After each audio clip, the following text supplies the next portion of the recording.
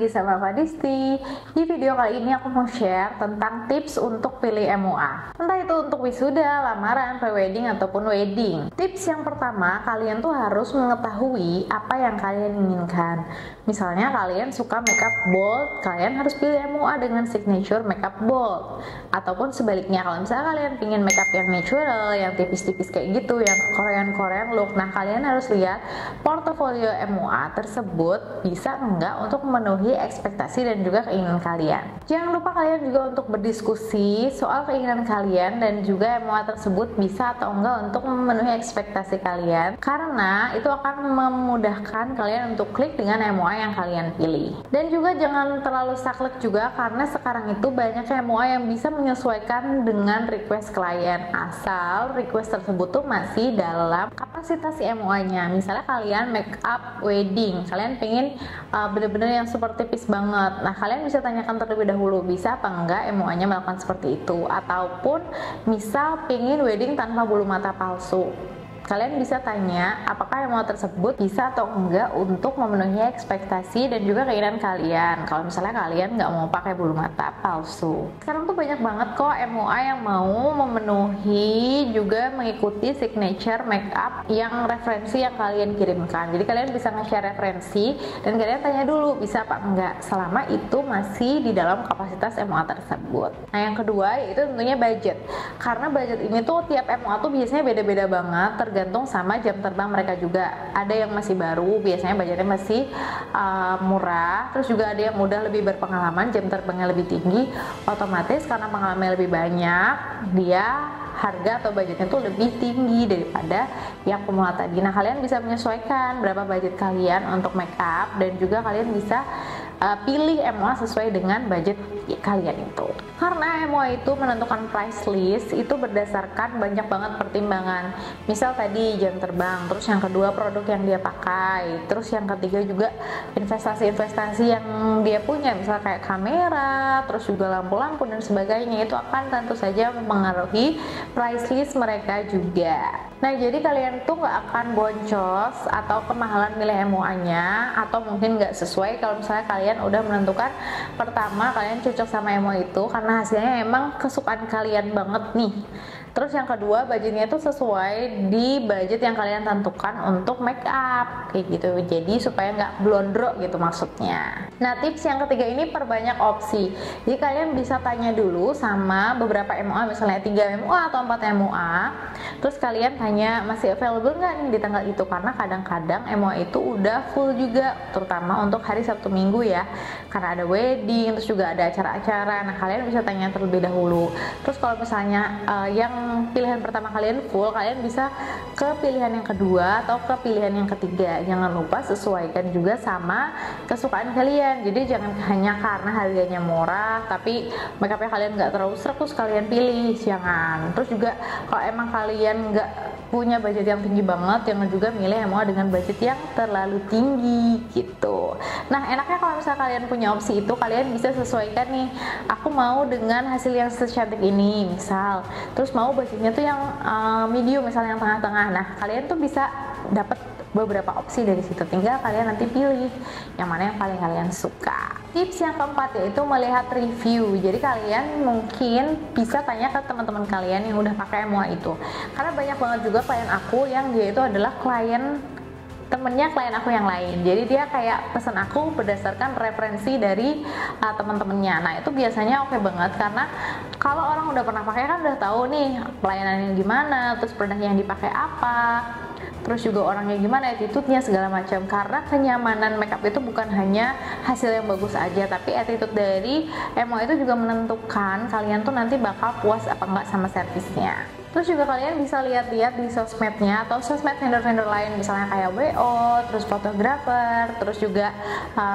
kayak dekor atau sebagainya, misalnya yang di tag kayak gitu terus di repost. Nah kalian bisa lihat dari situ, karena kadang kan kayak bingung kan untuk nyari vendor-vendor lain, bukan hanya MUA aja ya. Terus juga kalian bisa lihat portofolionya dari IG-nya, karena kan disitu juga menggambarkan ya gimana hasil makeupnya dan sebagainya. Terus kalian jangan berekspektasi terlalu tinggi, misalnya kayak namanya portofolio yang ada di Instagram atau di TikTok itu kan pasti udah diedit dan juga diperhalus, dipercantik, padahal semua klien itu tuh pasti punya tekstur kulit, walaupun emang kulit dia tuh nggak banyak pori-pori, tapi pasti ada fine lines kayak garis senyum, terus garis-garis di bawah mata yang lembut-lembut kayak gitu, itu tuh pasti banget. Nah, kalau kalian ngelihat di Instagram tuh ini hasilnya mulus banget, terus pas di wajah kalian kayak wajah aku sendiri nih ya, wajah aku kan bertekstur ya, pasti nggak akan bisa semulus yang ada yang terlihat di Instagram, karena itu tuh udah diedit juga. Jadi untuk hal tekstur dan sebagainya itu kalian jangan berekspektasi bakal sama hasilnya kayak yang di Instagram ya, karena namanya kan juga itu tuh lapak buat jualan ya, pasti kan yang ditampilkan yang bagus-bagus. Misal kayak klien itu berjerawat segala macam, ya nggak mungkin dong diumbar aibnya gitu, pasti kan kayak dipercantik biar klien itu pun seneng ketika wajahnya terpampang di Instagram si MO-nya. Nah, tips yang kelima itu realistis. Seperti yang aku kasih tahu tadi, makeup itu nggak bisa merubah bentuk wajah kita. Misalnya bentuk wajah kita tuh lebar banget, terus nanti tiba-tiba jadi tirus karena di makeup. Paling bisanya tuh mengoreksi warna dengan dikasih kontur, dengan dikasih highlight, terus nanti wajahnya bisa lebih panjang, terus hijabnya mungkin dimajuin kayak gitu. Jadi nggak bisa merubah bentuk asli wajah ya, dia hanya mengkoreksi aja. Terus misalkan ada jerawat, pinginnya tuh sling hilang jerawatnya ya, tentu aja nggak bisa ya, emang bukan penyihir, bukan dukun, jadi nggak bakalan bisa bener-bener hilang mulus. Paling cuman dia warnanya nggak kelihatan merah, terus ada kayak flek-flek hitam dia memudar, dia hilang, tersamar kayak gitu. Tapi kalau misalnya kayak bopeng, beruntusan, jerawat itu nggak bisa hilang. Terus juga keriput, karena ini pernah banget nih ada kayak yang udah ada keriput atau fine lines di wajahnya, terus pas udah di makeup bilang, loh ini kok aku malah jadi ada keriputnya kayak gini ya, padahal keriput itu memang udah ada di wajahnya kayak gitu. Jadi jangan berekspektasi terlalu tinggi, jadi harus realistis juga.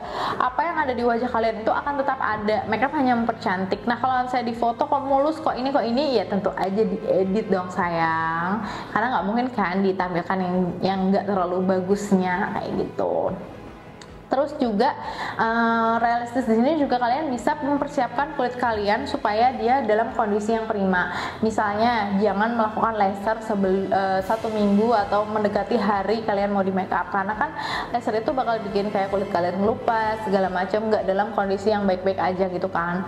Terus kalian juga bisa merawat, misalnya kayak pakai moisturizer atau enggak mungkin sheet mask setiap malam supaya dia lebih lembab. Nah, karena makeup itu menyesuaikan dengan kanvasnya. Misalnya kalian gambar nih ya, buku gambarnya itu tuh kertasnya tuh gronjal-gronjal, lubang-lubang. Hasil gambarnya pun kan akan tetap gambar yang bagus di atas kertas yang berlubang gitu loh maksudnya.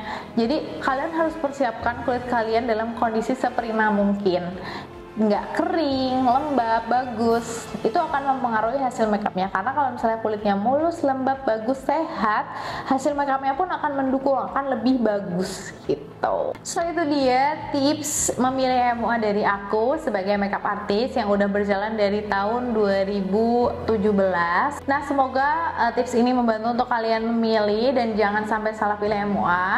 Tapi tenang aja, MUA sekarang tuh bener-bener pinter-pinter, bagus-bagus, mau yang baru, mau yang lama, semuanya tuh bagus karena ilmu sangat mudah didapat ya guys. Jadi mereka tuh udah top-top semua, tinggal kalian sesuaiin aja sama keinginan dan juga budget kalian. Dan jangan lupa untuk self love dan merasa percaya diri dengan diri kalian. Kalian itu cantik apa adanya, makeup hanya menampilkan kalian versi terbaiknya, tapi kalian tetap cantik dengan kalian yang apa adanya. Dan sekali lagi, makeup itu bukan untuk merubah, hanya untuk mengkoreksi dan memperbaiki aja imperfection yang ada di wajah kalian. So, segitu aja, sekian dari aku. Semoga video ini bermanfaat. Jangan lupa like, subscribe, share video ini sebanyak-banyaknya. See you next video. Bye.